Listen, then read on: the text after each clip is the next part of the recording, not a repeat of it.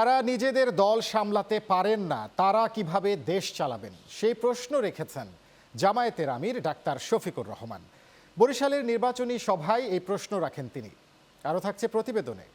যারা দুর্নীতি করেন তাদেরকে আর দুর্নীতি করার প্রয়োজন হবে না। শুক্রবার বরিশাল ও খুলনা বিভাগের 5 জেলায় 8টি নির্বাচনী জনসভায় অংশ নেন জামায়াতের আমির ডাক্তার শফিকুর রহমান। এবং শান্তি ভোগ করবে, সেটি হবে আমার দেশ।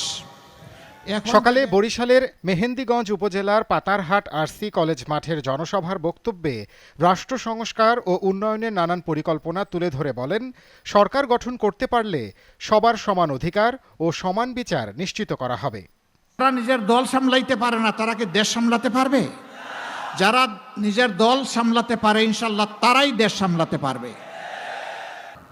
এতদিন পাহারাদারি করেছি দলের, এবার আপনারা একটু মেহরবানি করে সুযোগ দেন, আমরা এখন 18 কোটি মানুষের চৌকিদারি করতে চাই। পরে অংশ নেন পটুয়াখালীর বাউফলের নির্বাচনী জনসভায়। বলেন, বিগত সরকার দুর্নীতি, মামলাবাজি, দখলদারিত্ব, ফ্যাসিবাদ ও বিচারহীনতা উপহার দিয়েছে। এই বাংলাদেশকে পাল্টে দিতে চায় 11 দল। 13 তারিখে সূর্য উদিত হবে নতুন বাংলাদেশকে পিঠে নিয়ে ইনশাআল্লাহ।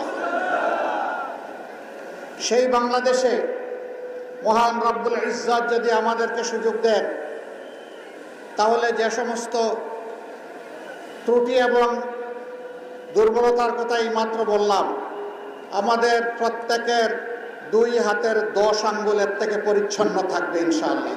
আর ঝালকাঠি সরকারি উচ্চ বিদ্যালয় মাঠে নির্বাচনী জনসভায় জামায়াত আমির বলেন, দেশ থেকে যে বিপুল পরিমাণ অর্থ বিদেশে পাচার হয়েছে তা ফিরিয়ে এনে দেশের উন্নয়নে কাজে লাগানো হবে। এই টাকা ফিরিয়ে আনার জন্য লড়াই শুরু হবে। প্রয়োজনে ওদের মুখের ভিতর দিয়ে পেট পর্যন্ত হাত ঢুকায় বের করে আনা হবে ইনশাআল্লাহ। এছাড়াও পিরোজপুর, নড়াইল ও ফরিদপুরের একাধিক জনসভায় অংশ নিয়ে 11 দলের প্রার্থীদের হাতে নির্বাচনের প্রতীক তুলে দেন জামায়াত আমির। জাতির ভার বহন করতে হবে ইনশাআল্লাহ। সাখাওয়াত সুমন, চ্যানেল 9।